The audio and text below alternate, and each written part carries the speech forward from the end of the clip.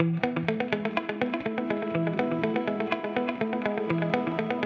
at the Florence Center in Florence, South Carolina, celebrating a wonderful year we have had in economic development. We want to make sure that the efforts of Florence County Progress is something that we will support.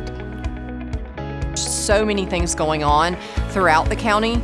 It's nice to see it compiled and talked about in one setting. It's impressive to see that there's still so much in the works.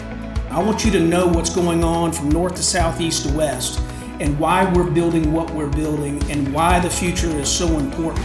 This past year, we had $88 million in new capital investment.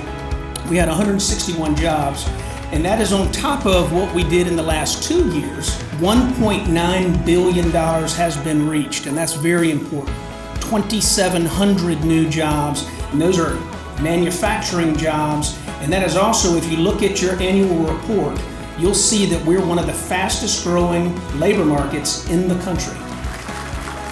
The keynote speaker spoke about agriculture. He is the commissioner of South Carolina Ag.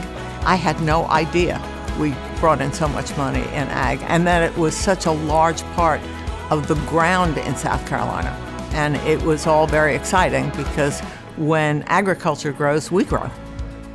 Hopefully when I finish today, they'll have my perspective on agriculture, agribusiness, and the future for South Carolina. Agriculture and forestry cover 80% of our state, so we've got to balance those things out.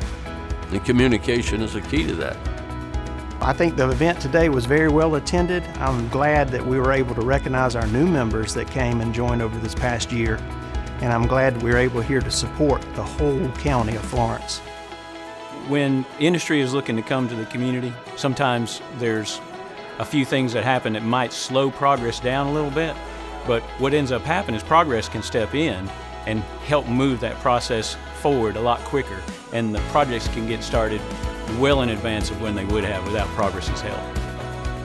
We now have 2,000 acres of industrial property ready to build on, where 4 years ago we had none. What I'm excited about is the people in Florence now believe in Florence.